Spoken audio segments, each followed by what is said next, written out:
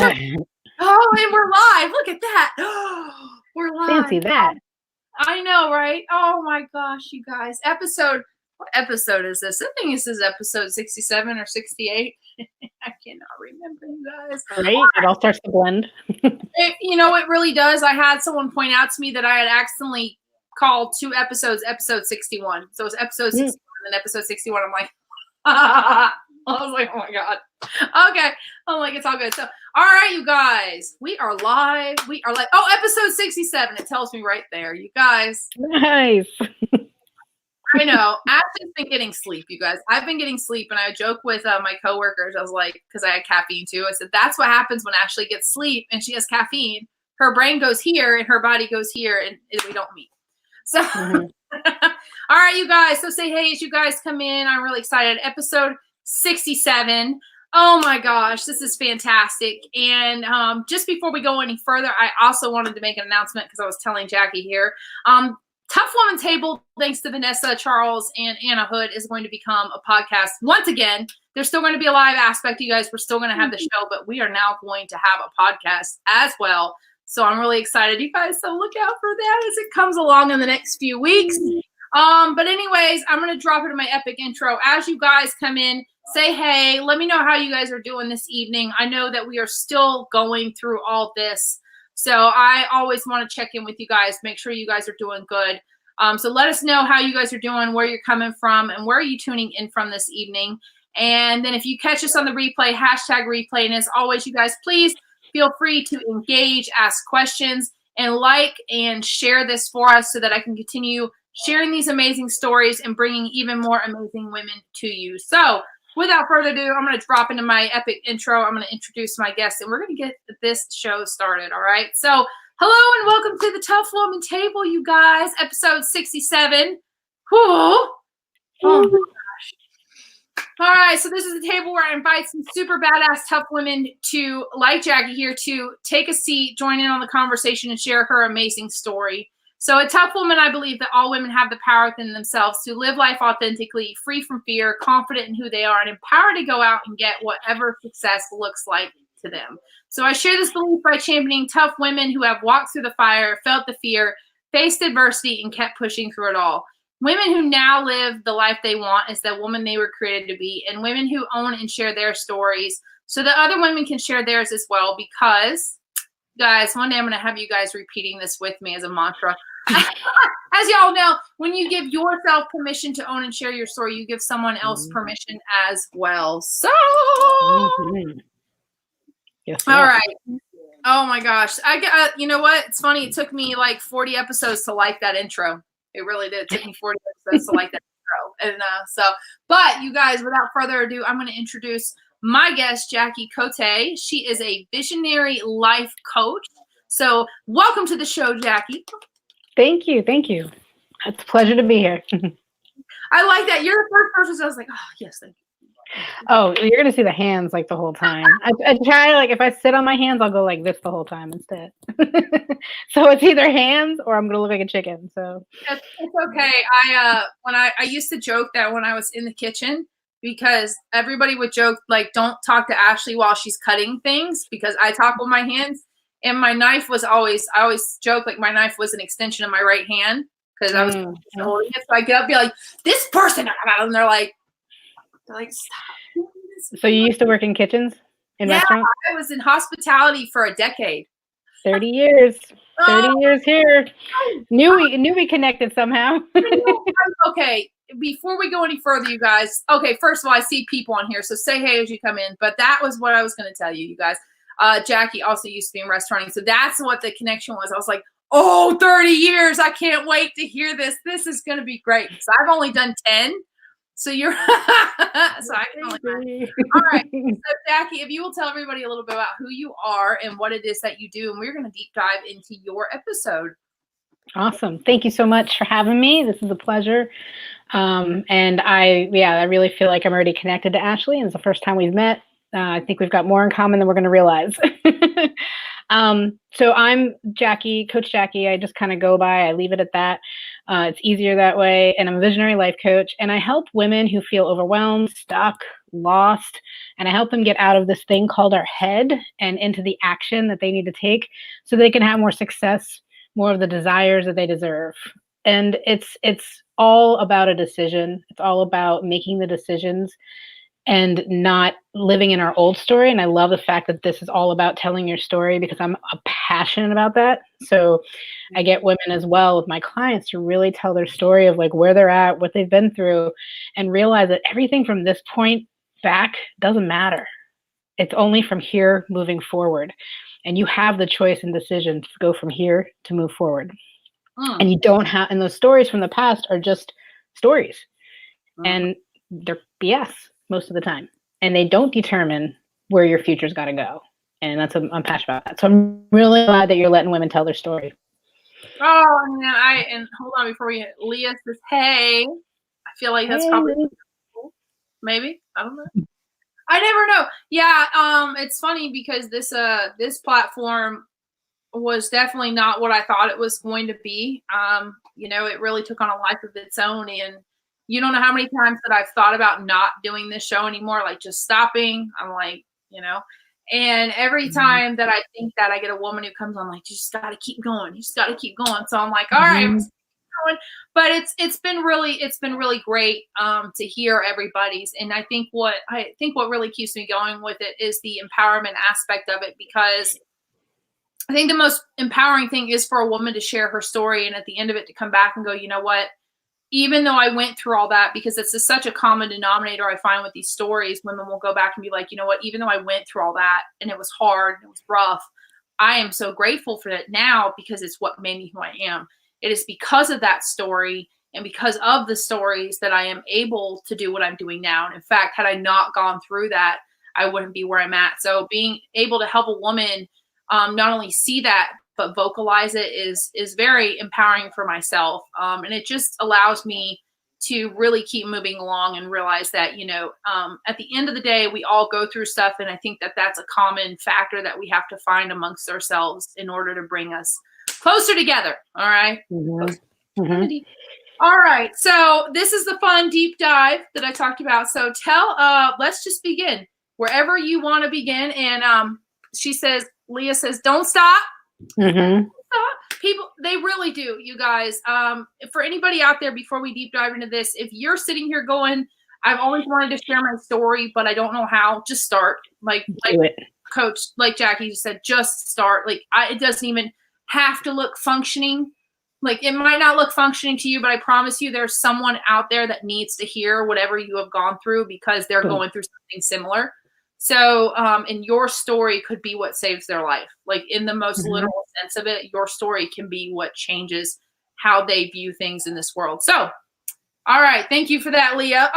Thank you. That makes me happy. All right. So Jackie, tell us where everything started.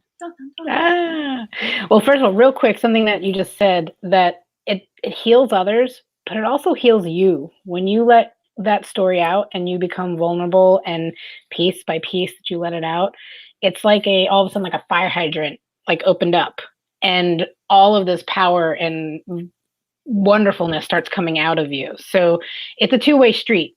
You're going to help heal others while you heal yourself. Just wanted to add that in there because I love that you said that it heals others, but it healed me so much when I let my story out. So okay. Oh, sorry, where it all started.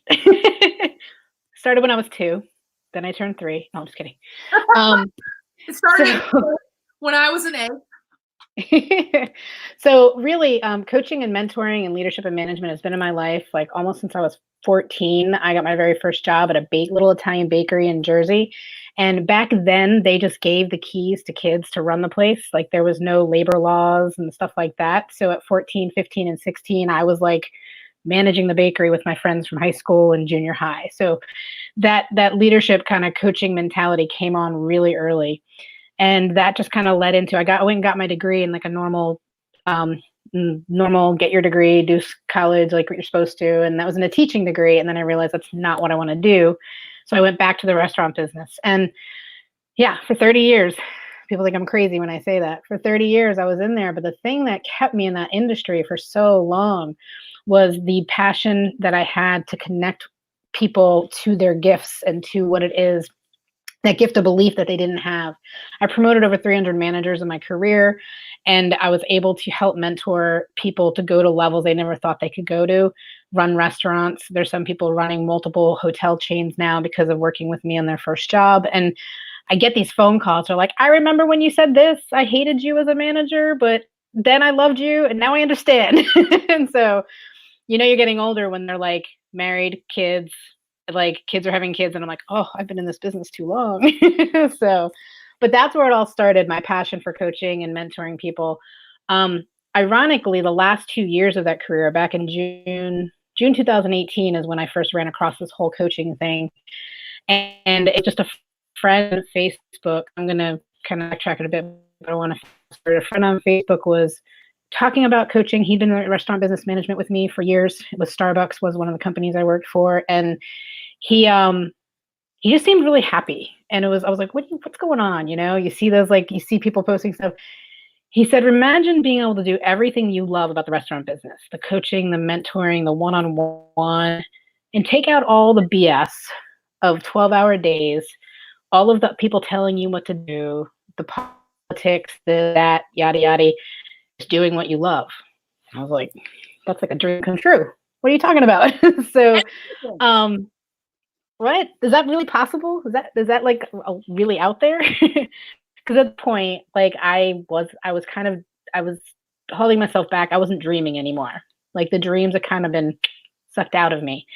And ironically, the last 2 years of my career in the restaurant business, I chose to go from operations, which was working with people, mentoring, into the office position in the home office of a restaurant. And I was miserable. So when he was talking to me, I was in this place of like, I want to get out. I want to get out. So I started my coaching journey. I went to school to get my life certification, my health certification, transformational coaching certification, my mastery certification. Like, but funny thing is that I joined in June 2018 and my job let me go August 2018, 2 months later. So when you talk about pivotal points in a career, there's all the stuff previous to that. That was the moment that you think you'd be upset getting let go from a 6-figure job and going, I have no income. And normally the reaction would go get a job right away. And I sat there and I was so relieved and I was so happy. And I was like, why am I happy? I just lost my job. And that was the moment where I was like, all right, I think it's time to bet on myself. But I still wasn't fully convinced because there was so much in my life that I had ignored about healing myself and all the stories, my stories that hadn't really come out, hadn't been released yet. And I had this guy that I went on an interview with for another company because I did what you're supposed to do. You're supposed to go look for another job, right? And I interviewed with the guy, and we got to this interview, and he's like, "Wait a second, I know you. We worked together at Starbucks." So it was another company. I was like, "Yeah." Oh no, it was actually Potbelly. And he's like, "Yeah." He goes, "So what do you really want to?" He's like, "I'll hire you right now." He's like, "I know your work ethic. I know what you do. I'll hire you right now." He goes, "What do you really want to do?" When he asked me that question, I was like, throw up. I was like, I want to have my own business. I want to be a coach. I want to do this. And I like started thinking about all these things. He was like, great, I'm not going to hire you. I said, what? I was like, what do you mean? Everybody's going to hire. I mean, restaurant business, you're like you're fresh meat for the restaurant. Everybody wants to hire you when you come from one job to another. He goes, no, he goes, how much money do you have saved up? He's like, how long can you live without a job? And I was without an income. And I was like, the universe set me up. I had a year's worth of income to take care of my bills. And I was like, yeah, I do. He goes, come back to me in a year if it didn't work out. And to this day, I had never went back on a job. And I'm full-time coach. I have a business, pays my bills and more, paid off all my schooling. And it's so nice to say that. So nice to say that. So jump in at any time if you have any questions, by the way, because I can go rambling for a while. Oh, please do. And it's funny that you talked about how most people will just take you as soon as you come in, because that is the way it is. I mean, I told everybody when I was in restauranting, I'm like, I can go to any restaurant right now and get a job like the moment I walk through the door. And they're like, really? Like, yeah, man. I said the turnover rate's ridiculous in that industry, but if you have been in it for 5+ years and you go and you tell them, especially like I was a line cook for a really long time. And they go, what? You're like a female line cook? And they're like, well, what do you do? The cold side? That was all. Oh my God, I used to hate that. They're like, oh, are you good at making salads? I'm like, yeah, and I'm good at grill and saute too. You like, can you move now? Because I was that Right. woman. I was the woman you didn't touch on the line because I knew more than most of them and da da da da. But I also would like you to touch on, because this is something that people, we spend so much time when we get into those situations. So you talked about how the universe set you up to basically shoved you into what you were going to do.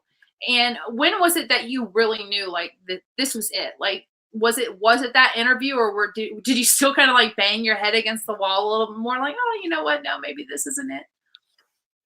You know, it was clearly when that man said to me, go pursue your dreams. I'll be here for you if it doesn't work out. That's basically the universe saying, I believe in you. Now it's your turn to believe in you. And when he said that to me, I have to go back and thank him. It's been like a year and a half, and I got to go back again and thank him and let him know that like I'm still here today. And obviously didn't come back to him. But that was really a turning point. And I knew it wasn't going to be obviously easy. I literally took 6 months, and this is definitely a tip I would tell everybody. When you've got to work on you, and you've got to go inward before any of that success will happen. You'll be hitting your head against the wall trying to do something if you don't work on your inner game first. And I really just took 6 months, and I was doing my coaching school at the time. So I was being my own first client during that program and stuff. And the changes it made for me. So that's where some of my story came out. That's where really my story, not even just came out, it exploded, you know, with a lot of the stuff that with my life that brought me to where I am today. And that 6 months, not making a dime, using my savings to pay for things, was probably the most impactful 6 months of like my life in the last 10, 20 years, because it gave me that opportunity to heal a lot of stuff. And I'm still like, we're work in progress, and it's a forever journey. But that time I took for me before, and then I hired a coach. Like at that 6 month mark, I was like, all right, I've got my health back on gear, my relationships back in a good place. Because it's a whole nother, the relationship goes downhill when all you want to do is fix them and not yourself. FYI. Free. I mean, okay, here's the thing. This is the part I said. Feel free to dive into any piece that you feel is beneficial to this. Oh, yeah. Guys, it doesn't have to make sense. But the one thing I realize is that within the one story, there's a million other stories. So yeah, feel free to ramble. It's all good. I like to hear. Well, yeah, that 6 months, like, so here's some of the things that came out in that 6 months. It came out, like, I didn't tell anybody for 30 years that I had an eating disorder, bulimia. And the day, like, it was at one of the coaching live, like, things where you go to one of the events. And I like said it to somebody, and something just changed in me. And I was like that time I was 46-year-old adult that I finally, and that I've been friends with for 30 plus years. And they were like, you had what? And I started telling people, like I told one, told someone else, and told someone else. And then just recently wrote a forgiveness letter to like what, like I've been done with that and overcame that about it's almost a year anniversary now of that. But that first few words coming out, and this was all because I stopped, I slowed down, I took a step back, and I said, you know what? Got to take care of me. And I got to stop looking outward and like trying to fix everybody else, and stop ignoring myself. And so that came out. Then the point of how I was miserable, like I was miserable in my job, and how I was letting that affect my health. So my health had gone downhill. There was weight gain, but there was like pains and like different stuff. And that was just never me. I've always been a healthy person, but I had mentally stressed out so much in this job. And that's the foundation of everything, is like reducing that stress, anxiety, and keeping it so that you're not in this place of making yourself sick. And that's what I was doing during that time. And then I squirrel out a lot, by the way, too. There was something else I was going to say. Shiny objects and squirrels, right? That's like my mom, like my clients laugh. They're like, did you just squirrel out again? I'm like, yeah, I did.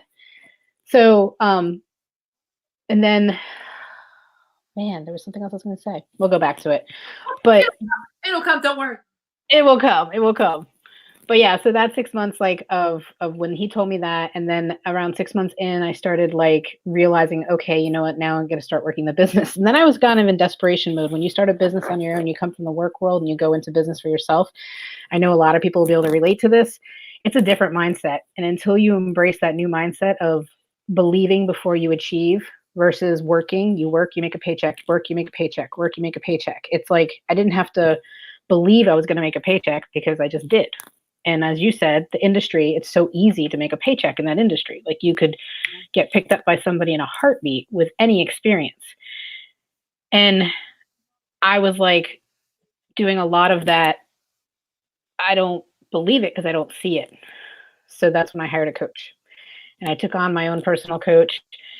And that woman, like thank God I took that leap, and I wasn't making any money in the business, and I invested in it, and I was scared to death. And I had money stories of like I can't have debt. And if I have debt, I'm a bad person. But then if I lose all this money and I'm going to be like back to a job, and that made me like shake thinking that I had to go back to a job. And then but I just had to have faith. So that's another thing. It's like, you've got to try. And the person who fails the most is the most successful. I know you've probably heard that saying before. The person who fails the most is the most successful, because they were willing and to try and willing to get up again and try again. So then, through the business side of it, a lot of mindset work and everything. Gosh, a lot of hugging my inner child when I was younger. My mom passed away when I was 5. So my dad, there was a family, there were 6 of us, and my dad had his own construction company. So there was a lot of loneliness in there of like, everybody is doing their thing. I was the baby, and you think the baby gets a lot, but no. So I pretty much have been independent on my own since I was 14. So I took care of everything, paid for everything. That's why the restaurant business is beautiful, because I traveled the country and was able to get jobs throughout the country with the restaurant business and doing that. So I have a lot of passion and appreciation for that industry, especially now. Give them a break. I'm praying for them to come through this on the other side.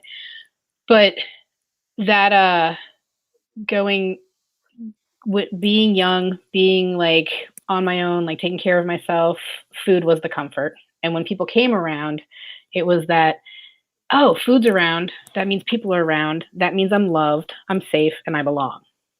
Like everything comes back down to that love, safety, and belonging. And so that's where the whole relationship with food came.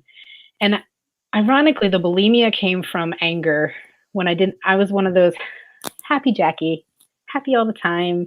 I was always like, yes, I worked in kitchens and I held my own, and I told the cooks, like, back off, I got this. I was an Outback grill girl for a bit. I worked every station in the Outback. You're a what?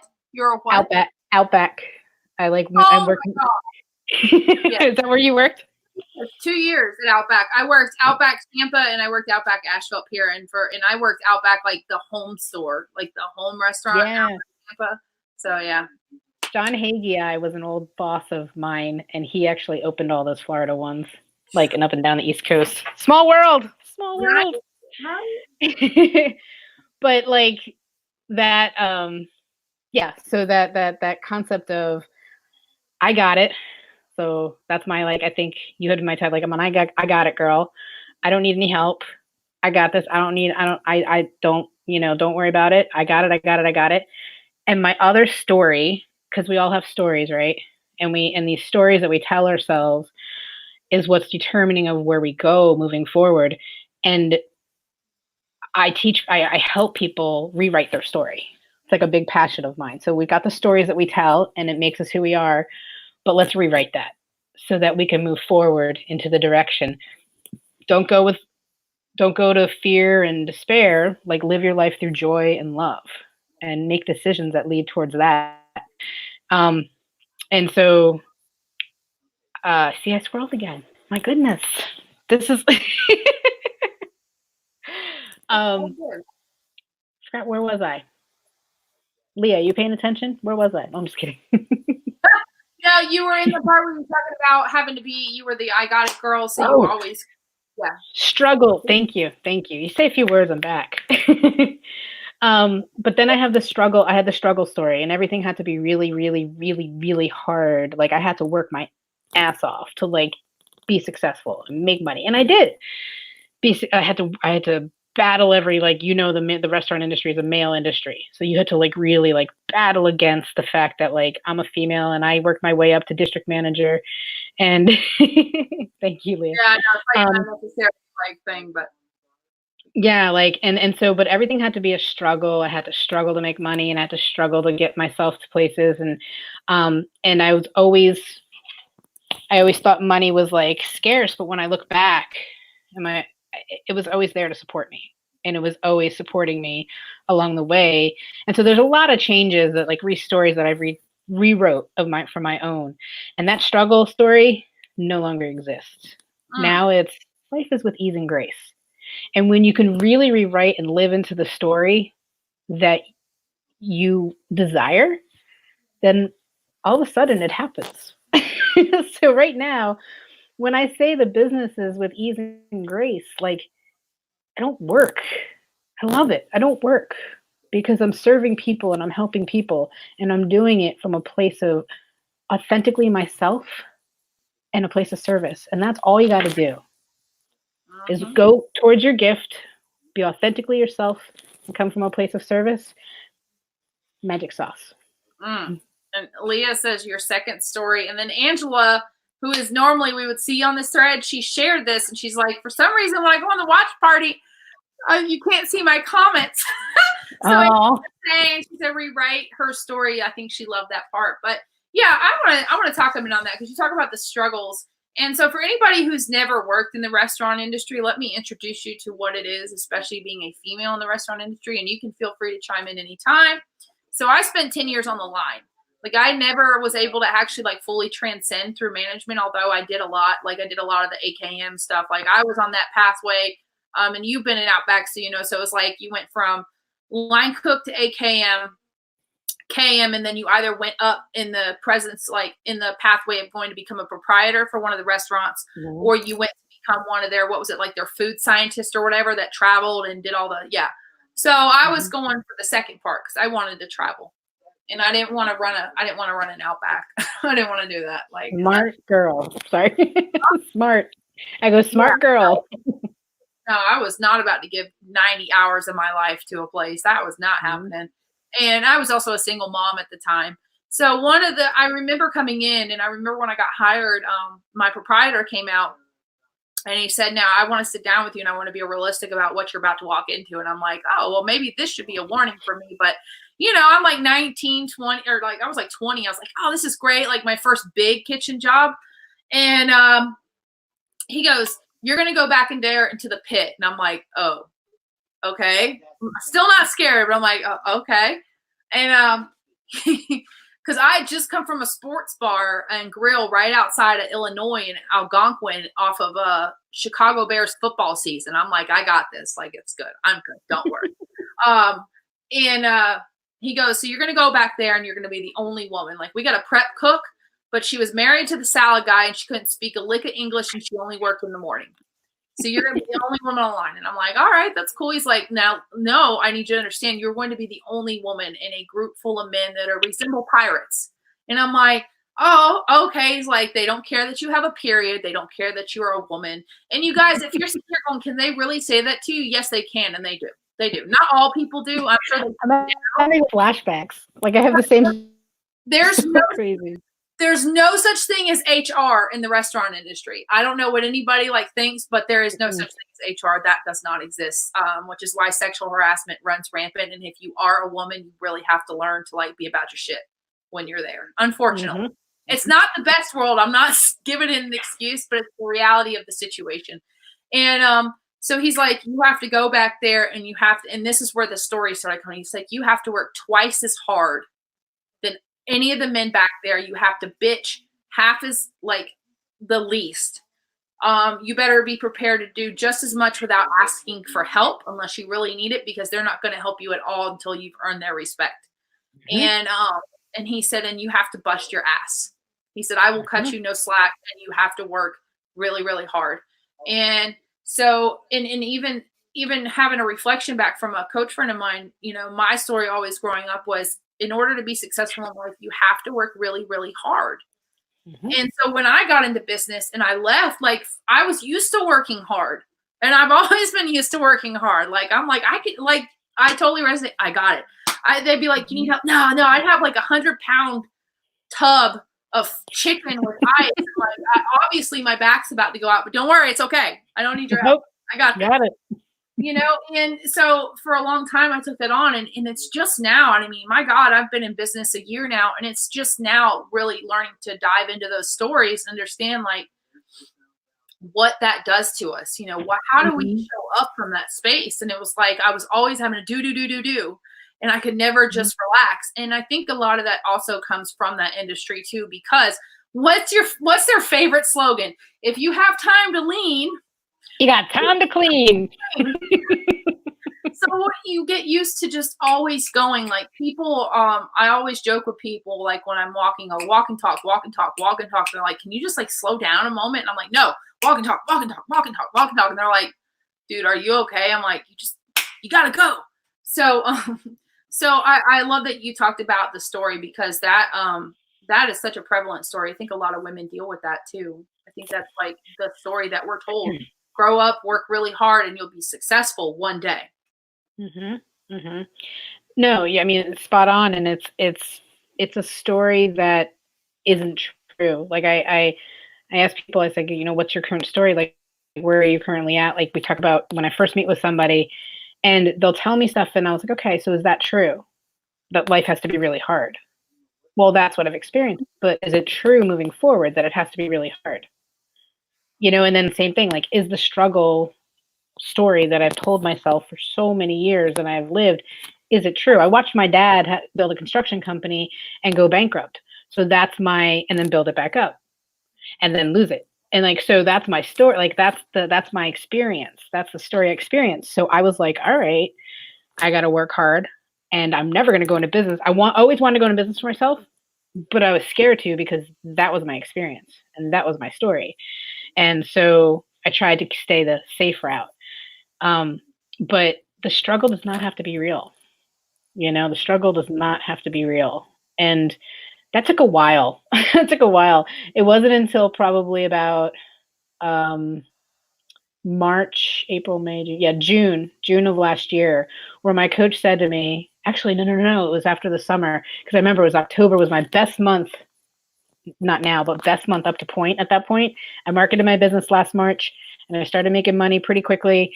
Not significant, but I started making money, and then it was like going, and then it dived, and then she said, I just want you to do nothing. Now, you tell someone like us to do nothing, like, that sends critter brain like on fire. That's like, oh my gosh, if I do nothing, like, she's like, I want you to do what's on your calendar, but nothing else. Because I was like, I got to fill the calendar. I got to fill it. I got to go to events, this, that. And I was going, because if I didn't do that, I wouldn't build my business. That was my story. She's like, I want you to sit back, and I want you to do more, of your own, like, go take a bath. I mean, my action items were like, take baths, take naps. And I was like, this is the best thing ever. But not for someone who doesn't shut down, right? And doesn't stop. So I did it. I do, and that's a word of advice I can give you, is like, try everything. Like, just trust. Like, someone else has walked the path for us already. We can learn from them, and just trust yourself. That's the big one. Trust yourself. So I did what she said, and I had the best month ever, and another best month ever after that. And December, which is supposed to be the slowest month, was the best month ever, because I slowed down. I stepped back, and I let some other force help me. Universe, God, whatever you go with, like, you have to trust that you are not in control of everything. And that was hard for me. That was really hard for me. So when I let go of that, it was when everything was like, poof, easy.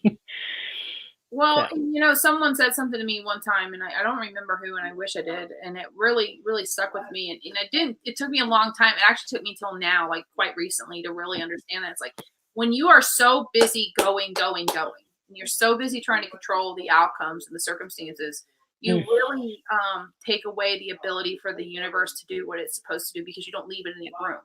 How can you possibly fill up your slots with clients if you're filling them up with events that you don't actually need to be at? And the other thing that it really helped me become conscious of was every single time I felt that I needed to do something, like, oh my God, I need to go do this, and I need to do this, and I need to do this, that was my cue to stop. Like that was hard too, because it was like I have to go, go, go. And I would literally, you talk about having to sit on your hands so you don't use them. It was literally like a metaphorical exercise of sitting on my hands and sitting there, like just stop, like don't do anything else. And the funny, people make a joke about this, but I hate being told that you have to wait. And I like it now. Now I'm like, okay, I get it now. But if you come to me and you're like, well, you just have to wait, I'm just like, what? They're like, yeah, you just got to wait. I'm like, no. I can get it. And then, of course, then I can get it myself. Just move out of my way. Get out of my way. I can get it. Then, like, the aggressive masculine aspect of me comes out. And then yeah.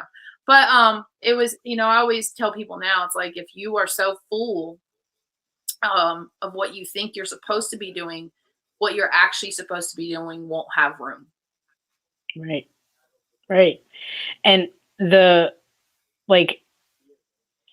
piece of, I love that you, like, I think you said you're more into like the universe and like spirituality and stuff, right?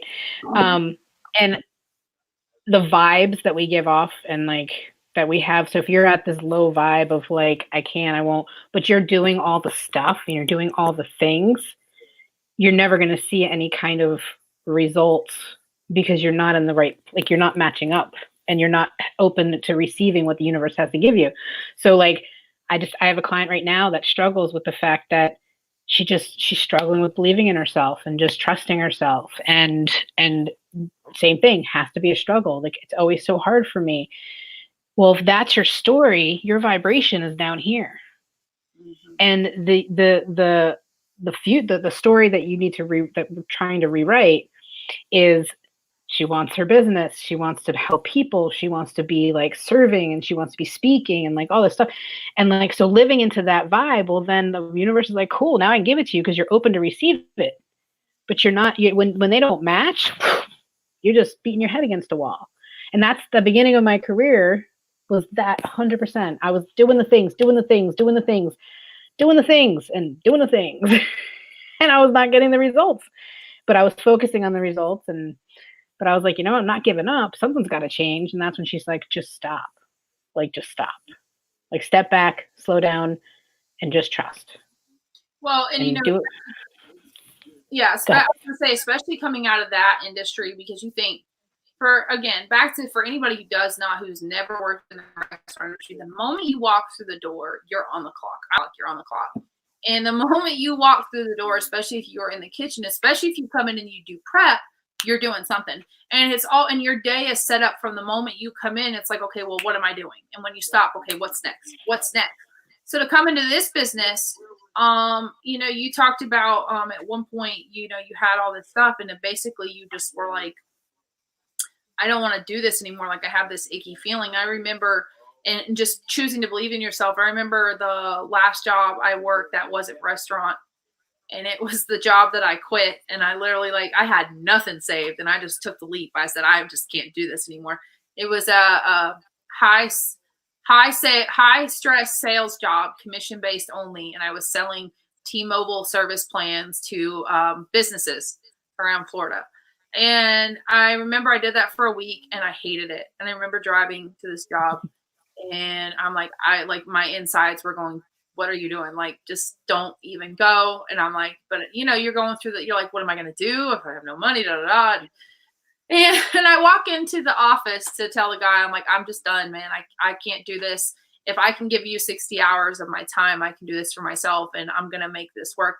And he's like, if I can make this work, he's like, well, you haven't made anything work. And I'm like, yeah, because I'm not in the right place and I need to go. And I left. And I just remember going like, I have no idea what's going to happen now, but I feel like I made the right decision.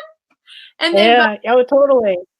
But it's like you lose that structure for a moment and your brain goes, okay, well, now what are you going to do? Your rationale. that's where that decision moment. Every day we have those decision moments. And I just want to comment what Leah said about when you stop, you have the opportunity to listen to where you are being guided to. If you told me like a year and a half ago that I'd be meditating, I'd be tapping, I'd be like, come on now, like I lived in a man's world for 30 years and I'm going to do the woo woo stuff. What? Journaling, meditating, like what? If you told me that, like, honestly, like a year ago, I would have laughed in your face. And that is what Leah said. Like, that's the listen to where you're at and you're doing the being. Like, it's, there's do have be, right? You've got most of us function in the do to the have, the do to the have, the do to the have. And we don't function in the be part of our life. Like, we don't really ground into who we are and who we're being when we're showing up, and that's that energy level and stuff. And we don't slow down to even pay attention to the be. We ignore it in our entire life. So we just go, we got to do to have, the do to have, and then we're never satisfied. Mm-hmm. Even people making a ton of money and like they're not happy because they're not being to where they belong in their gifts and what they're meant to be doing because they're doing what they're supposed to be doing. Mm-hmm. Well, and the one thing that I want to say that took me a while also to get out of was obviously coming out of the industry, you're in hustle mode all the time. That's what you come up on. You're like, you got to hustle, hustle, hustle. And a lot of times what equated to me when I came up here in the messaging that I saw for so long was that like, and it was in regards to money mindset. If your belief is that it's like, it can't be about money or something like that. And this is where I want to kind of like destigmatize my view on this. So I believe that yes, you should have the mindset of someone who wants to be like a millionaire and stuff like that. But I realize this, if you're doing something because you believe that's what's going to make you money, that's misalignment. And that's not knocking on money mindset. But if your belief is like, well, if I go do this action, this might get me money. Then you're out of misalignment. And that took me a long time to get, because I was trying to create programs and do something if I just thought it would bring me money. Like, oh, if I just pivot this price just well enough, people are going to want to do it. And the fact of the matter was, because I was coming from a space of just wanting to make money and just get clients, I was completely misaligned, and it kept me from, like, nobody responded. Nobody responded. And they're like, well, and I say that because there is a lot of times people come to the store like, well, I just got to do something to make money. And I go, well, no, like, don't. Like, listen, yes, be positive about the fact that the money is going to come. But I always say, what do you actually want to do? Like, what brings you joy? Because here's the deal. If you walk into something that brings you joy and you focus on how that is joyful for you and how you can help other people from that space, the money's going to come. That's good. That's like, it's going to come, I promise you. Like, it might take you longer than you anticipate, but that's also another beautiful release exercise. You guys, release the date of how you think, of when you think you should be successful. I'm not saying don't have goals and don't set them, but don't get into this. Like, I'm going to tell you something that happened with me when I got into this. And I was kind of sold by all the glitz and the glamour. Like, you can make 30K in 90 days being completely new. Like, no, you guys, that's not how that happens. You can't just, like, unless you got some serious capital sitting behind you to put into advertising, So I really set myself up for failure in the thought that by 6 months, if I wasn't rolling in the dough and I wasn't making six figures by the end of my first year in business with nobody having known me, then I was an absolute failure. We attached ourselves to the results. When you attach yourself to the results, you are completely set up for failure. And you can't, because we don't have control over the how and the when. We don't have control over the how and the when. Good to have goals, good to set them, but don't define yourself by the results. And because that will send you down that, like, path of, like, I suck, I'm going to give up, but I completely agree with you. Completely agree. Yeah. It's a slippery slope, but it's one that I feel like needs to be talked about a little bit more, because it's easy to get caught up. It's easy to get caught up in the hype, as they call it, and get caught up in the hustle mode and go like, well, I'm not making money, so I must be a failure. Because that was the one thing that really distressed me, is about how many people were just like, well, I've been in it for 8 months and I'm just not making any money and I just need to quit, obviously, or, this isn't what it's supposed to be. And I see people just drop out and they're like, well, people who had tremendous dreams are like, well, obviously I'm not meant to do this. Now I have to go back to a job. And it's just like, that crushes my soul. I know. It hurts. It hurts especially when you, being a visionary, I call it like, and tell me if you can relate to this, I call myself a visionary coach because there's something that when I'm working with somebody, I can see the vision through the time that I spend with them of what they really want and where they really want to go and what they would be amazing at, per se, like in their gifts. And I say that like, not like as a coach, I don't tell people, obviously, we know like not to tell people, we don't tell people what to do. Like they have to come to their own journey. Like I'm on their map and all that other, but at the same time, we all have a gift, and whether that gift is mowing lawns and doing perfect lines, whether that gift is doing hair, whether that gift is being the best, janitor, like you can make millions doing anything if you're really tapped into your gift. And that's a piece that people we're so stifled. We're so like shut down in tapping into what really brings us joy. And like, there's only two ways we can move. And one way is through getting away from pain. The other way that we move and take action is going towards pleasure. So it's either getting away from pain or going towards pleasure. And we're trained our whole life, and by nobody's fault, but just to get away from pain. And that's most of it's taken from getting away from pain. So I know a lot of we've all heard of vision boards and we've heard of, visualizations and stuff like that, and how, and celebration journals of like writing what it is right now and celebrating it as if it's happening now. These are all things that I do now. I fought it last year, but I do them now because if your brain can only work on the known, and if you don't have a known future picture where you truly tap into that future picture of what you want, the brain can't function to that. It can only function on the known. And it pulls all the old stories of the known. And it says, okay, I know how this, I know this, I know this. Well, when you can really, really live in the moment of the income you want to make, the business you want it to look like, the joy you're going to bring to people, like you can really tap into. My favorite thing to do now is writing a celebration journal.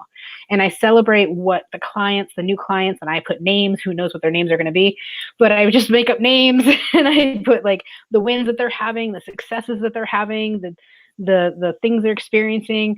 I talk about relationships and all sorts of stuff. And I'm celebrating things that are happening as if they're happening now. And cannot tell you every time that shit's happened. And I was not a believer until the first time it happened, but then the second, and then the third. And I was like, oh, this works. Because my brain can function on it now because my brain thinks it's true and knows it's true in my gut. So now I'm making choices towards joy and love versus fear and doubt and despair.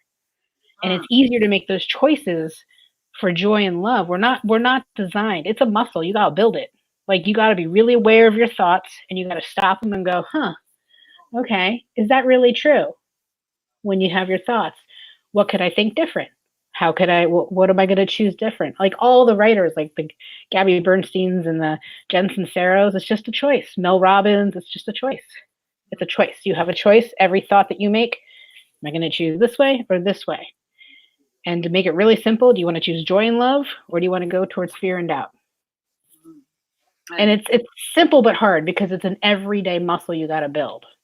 Well, and I talked a little bit about this. I think it was yesterday. So I talked about how you are the only person bringing you out of character, right? We talk about, well, this person really brought me out of character. Well, no, it's you allowing them to bring you out of character. That's the choice you made today, is to allow them to detach you from who you are. And the fact of the matter is you can't actually bring yourself out of character. Your character is who you are no matter what in this life. That is who you are, character.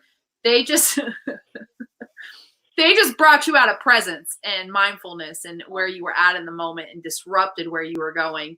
And but I said, at the end of the day, you have that choice to allow people to trigger you or not. It's really that simple. I have a friend and I love her to death. I'm forever, I guess, her lifelong coach. You always have that friend that you're always working with. And I joke, but I have actually learned a lot from her. I always say you're my guinea pig because I can test all my stuff on you before I bring it. Totally. And but you know, she'll call me and she'll be like, you know, she'll have gone through something, and I'm like, well, are you happy with the choice you made? And she'll go, it's either like a yes or a no. And then, but it's always like, if it's a no, it starts becoming the reason why this. And I said, I said, who made them open their mouth? And she said, I did. And I said, okay. I said, did anybody hold a gun to your head? She'll go, no. I'm like, you made the choice. And I said, and that's your choice. And I said, and you can't be mad at anybody but yourself. And you shouldn't be mad at yourself. Like, don't ever be mad for any of the choices you make. Take it as a learning lesson. I had something come up today, like a very old fear come up. But because I have become aware of my stories, my old cycles, I was able to go, you know what, that's not real. I'm future casting by thinking that way. And that's not a guarantee that that's how things were going to go. I said, so I had the choice to go, you know what, I can either believe that and go down a road that I know that I've been down, or I can go, you know what, I'm not going to choose that today. I'm going to choose to just stay in my happiness and my peace and be good. And it was definitely like, but like you said, I love what you said. It's a muscle you have to work every day. People think that once you're aware that that's it. Oh, look, now I'm super woke and I'm fixed. You know, I am Buddha, you guys. I am Buddha. I am Zen. Nobody mess with me. It's okay. Like, you know, it's like everybody thinks that once you get to that point, when you get cut off in traffic, you're not going to cuss anybody. Excuse me, I am from Florida. If you cut me off in traffic, it's going to take a lot of me exercising my muscle to not want to come out of my car and go, what the hell is wrong with you? Okay. Like, that's funny. I'm from Jersey, and the traffic in Northern Virginia is absolutely insane. And so driving from like where I used to live to DC, I no longer live there. I live in Virginia still, but Southern. I would have to use my 5-5-7 breathing to get me through the traffic. And that was one of the lessons I learned in like very early on in coaching. And I was like, hold it for 5, breathe out for 7, because the traffic was insane. But I wanted to add one thing to what you were saying when you were saying about the oh gosh, again, I had a thought. You were talking about, it's gonna be one of the funniest videos for your people to see.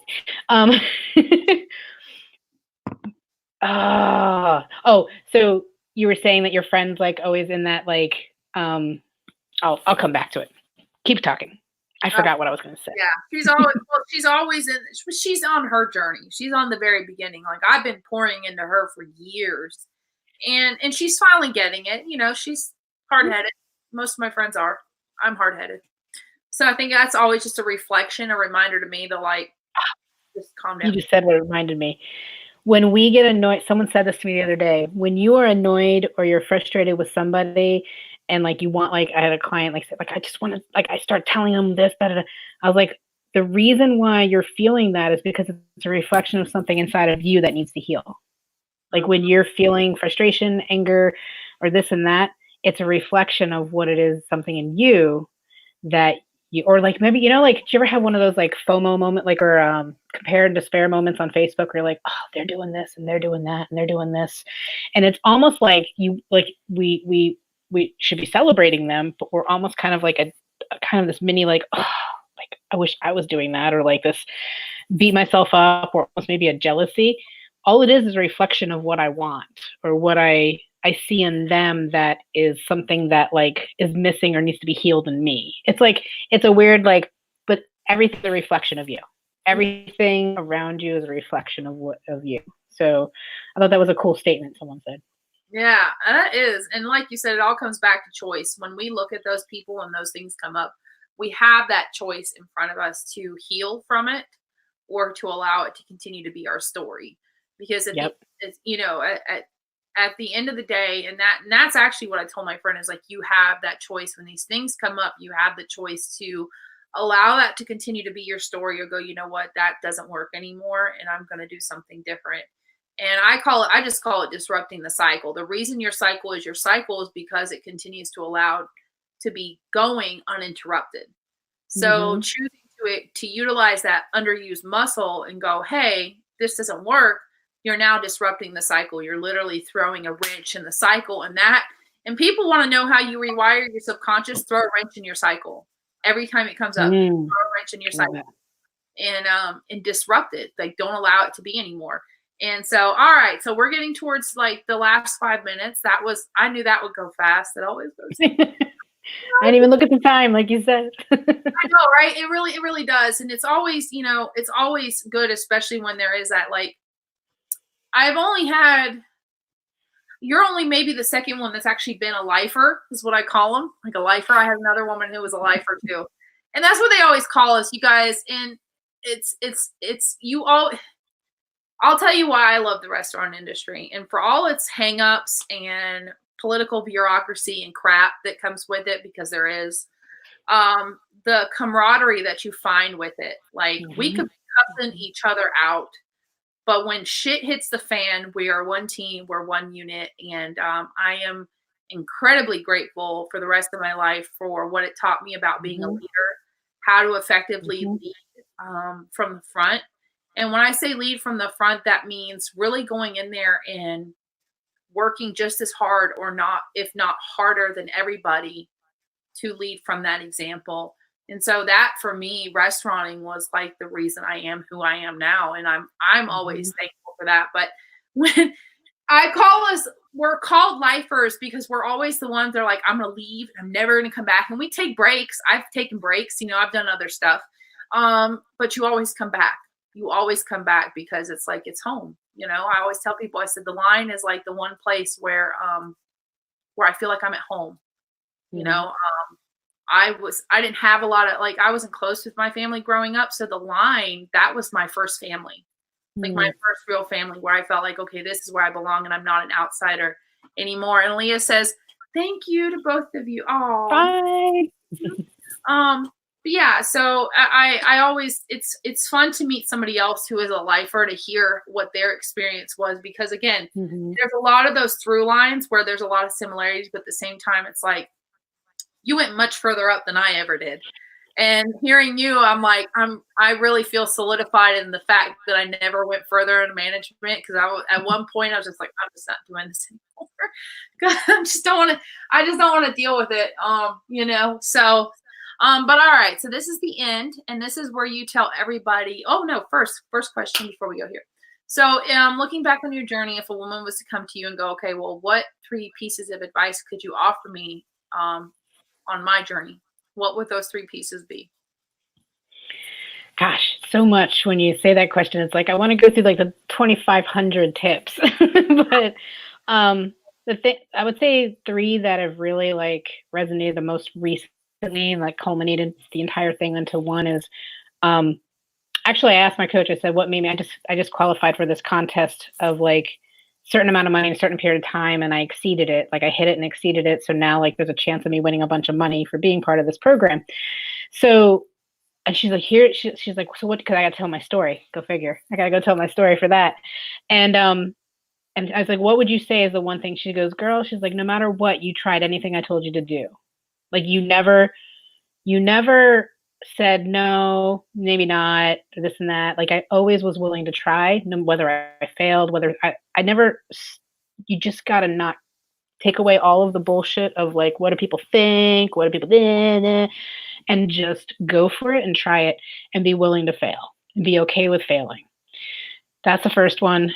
The second one is, we talked already about the fear, like leading your life towards joy and love versus fear and doubt. Because when you really start to change the direction of your thoughts towards love and joy versus fear and doubt, Gabby, The Universe Has Your Back book really dives into that. So it's a really good starter book to, like, not starter, because it's actually more woo-woo than I ever thought I would read, but I love it. And the third one is really, we've both, Ashley and I have said it the whole time, it's just a decision. Don't overcomplicate it. It's a decision, but it's every day, every thought, and that's where the work comes in. You just get to decide. Like, it's your choice. You can decide to go towards your new story or your old story. It's a decision. And I'll piggyback on that and say, it's like, this is the one question that I've learned to ask myself. It's okay, well, what can I do right now? It doesn't have to be the whole kit caboodle. That was what messed me up for a long time, is I got caught up in the big vision. And I forgot to ask myself, okay, well, you want that. You want to have the big vision. You have to understand why you're doing what you're doing, because there's going to be days where it really sucks. There's going to be periods where you don't make money. There's going to be days where you're like, what am I doing? But if you can tie it back to the big vision, that's going to keep you going. But the other piece of it is like, what can I do today? So many people are like, you have to freaking reinvent the wheel. And the fact that you just got to get up and do something. The universe responds when you get up and you do something, because when you get up and you put action in, even if you don't see anything right away, that is you saying, I believe in this, even though I don't know where it's going. This show is a prime example. I don't make any money doing this show. This has no finance. In fact, this costs me money, but I believe so heavily in what this show does that I show up. I had a show where I went to the hospital that day with a migraine I had for 5 days. They literally gave me the migraine cocktail via IV, which for any of you that don't know what that is liquid Benadryl, and 2 other things, and it knocks you the frick out. Like literally it should have knocked me out for 12 hours. But I drove, after being at the ER for 5 hours, I drove myself home. Okay. Don't recommend that to anybody. Just saying. I drove myself home. I took a 30-minute nap. I put my stuff on and I did the show, you guys. And then I went straight to bed after that. But I did it because I believe so heavily in this. Like, and trust me, there are days where the viewership is not where I think it should be. And I think all these things, but I still get up and I believe in it. And I do it because that's the action. That's the action. Like I tell people all the time, like I'm the next Oprah. Like this is going to happen. And you guys, that may be 10 years from now. But guess what? I'm going to get up every day and say, okay, well, how can I continue making this better? So yeah, like you said, it's just choosing to say, am I going to go by this story or am I going to create this new story? And to say on the one thing that you're talking about, visualizing, I love the celebration journal. So I do a vivid vision. I don't know if you've ever heard of that. Oh my God. Tell me about it, because it might be similar to something else that I've heard. It's a vivid vision. So a gentleman, I can't remember his name, and for anybody who's been in my area, they'll know about this. I've talked about it before. So what you do is really you can do it for life or business. So you write out. This guy does it 3 years out. So you write as if you're already in the 3-year mark of your business. You basically go, what does your business look like? How does it operate every day? What do you do when you wake up? What's your schedule like? And you write it from the perspective of already being there. How are you feeling? What do your employees do? What do they say about the company? And I write it out a year out, and I'll journal it for a while. And I still remember the one I have for right now. And it talks about like, the house that I'm buying, the house that's on my freaking wall that I'm buying, like has the view that I'm going to look at from my office. So you guys, it's just, that's one of my favorite activities in the whole world. And for anybody that visualization is not key. If you can't see it in your mind's eye, if you can't attach emotion to it, then you don't believe in it enough. And I'm not saying that in a bad way. Professional athletes have been doing it for years. That's how professional athletes and Olympians win, is because they do visualization. Like they say that you can actually, they've done studies, and we'll get off here in just a minute, you guys, but they've done blind studies where people, like athletes, have gone out and actually done the activities and practice and gotten the results. And then they've had the athletes just visualize doing it. And guess what? They've done the same exact thing, not even having practice, just visualize doing it. You guys, the power is in your mind. It's the physical part that messes us up. Yeah. All right. This thing, baby. All right. Let's wrap this up. This is now the part of the show where you tell everybody about where they can get a hold of you, what services do you offer, and then we're going to end this show. Awesome. And after the show, I'll drop all the links of what I'm talking about.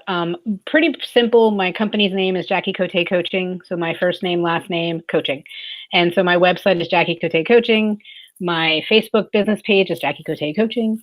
My personal page is obviously Jackie Cotes. And I mention all three because I'm very active on all three. And my personal page, I am my business. So I do a lot on my personal page, and I am my brand. So you'll see me. I'm exactly what you get all the time. Like my friends say that, since the friends who've known me since I was 10, they're like, you haven't changed a bit, personality wise, except I'm the best version of myself. I'm a better version of myself, of course. And I do one-on-one coaching, I do group coaching, and I have a free group on Facebook that you can kind of dip your toe into hanging out with me and getting to know me more, that you can join as well. It's called Feel Free in Love, Life, and Career. So I dabble in Instagram, but it's more like my fun recipes and cooking, because that's kind of a little passion. So that's my personal Instagram's a lot of keep it simple, I call it. And that's a future cookbook I'm going to write of like, growing up Italian, you knew how to cook really bad, and not bad, but like really like rich. And I've taken a lot of the stuff that I've learned how to cook and turned them into healthy, fun recipes. Because if it doesn't taste good, I ain't gonna eat it. And really have created a much better relationship with food. And I want to teach people that it can be easy, fun. So that's my Instagram, and then Facebook's my business. And then there's what I'm offering now is right now with the times I have Calm. They're called Calm calls. And they're 30-minute calls to help anybody who's dealing with stress and anxiety and tough times right now. These are free calls. So I will drop that link in there. Please take advantage of it. Like, we'll spend time, and sometimes, I mean, I like this interview, it doesn't always, I don't cut it off at 30. If we're in something that we really need to dig in, I'll go longer as long as I don't have something else scheduled. But I really want to help people during this time reduce that stress and anxiety, because that alone will kill you inside. That alone will change your health, your brain, and everything. So whatever I can do to support you on getting rid of that and reducing that and removing that, I've helped people get off anxiety medication and depression medication through my coaching.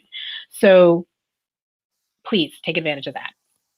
And my first session is always complimentary. The vision session that I do for coaching is complimentary, because we're going to figure out where you're at, figure out where you want to go, get really clear about where you're at, because that's the first step. You got to be honest where you're at, where you want to go, and then help you create a vision to get you somewhere, have some breakthrough to help you move at some point, somewhere in your life, to move forward. So that's me. Amen. That was awesome. And then before we go, you guys, I have to talk about, well, I don't have to, but I'm going to talk about, because I want to.